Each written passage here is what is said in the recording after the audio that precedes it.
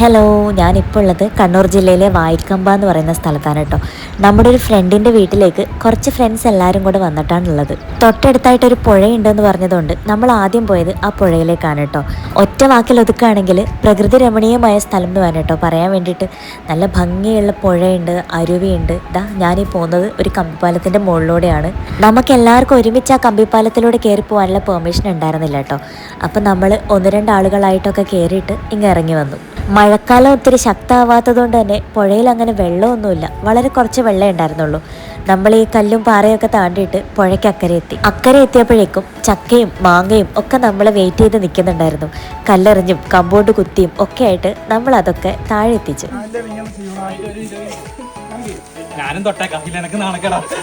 ഫ്രണ്ട്സുമായിട്ട് പോകുന്ന ഇതുപോലെയുള്ള യാത്രകളാണ് നമുക്കെപ്പോഴും ഒരുപാട് നല്ല നല്ല ഓർമ്മകൾ തരുന്നത്. പക്ഷേ ഈ ഒരു യാത്രയിൽ എൻ്റെ ഹസ്ബൻഡ് ഇല്ലാത്തതുകൊണ്ട് എനിക്ക് ചെറിയൊരു വിഷമവും ഇല്ലാതെയില്ല. ചക്കയും മാങ്ങയൊക്കെ പറിച്ചിട്ട് നമ്മൾ വീണ്ടും പുഴയിലേക്ക് വന്നു. ഉപ്പും മുളക് പൊടിയൊക്കെ കൊണ്ടുവന്നിട്ടുണ്ടായിരുന്നു കേട്ടോ. അപ്പോൾ അതൊക്കെ കൂട്ടി മാങ്ങ ഒരു പിടിപിടിച്ചു. പറിച്ച മാങ്ങ മാത്രമല്ല, വാങ്ങിയ മാങ്ങയും ഉണ്ടായിരുന്നു. നമ്മൾ വീട്ടിലെത്തിയപ്പോഴേക്കും ചായ റെഡിയായിരുന്നു.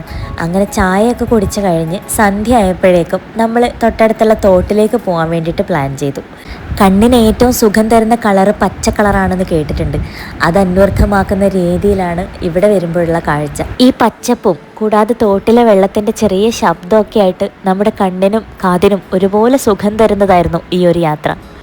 അങ്ങനെ നമ്മുടെ കുഞ്ഞു മക്കളടക്കം എല്ലാവരും തോട്ടിലെ വെള്ളത്തിലിറങ്ങി. തോട്ടിൽ നിന്ന് എനിക്ക് കിട്ടിയതാണ് ഈ ഒരു ഐറ്റം. ഇതിനെ ഞാൻ പറയുന്ന പേര് ഞവണിക്കാന്നാണ് കേട്ടോ.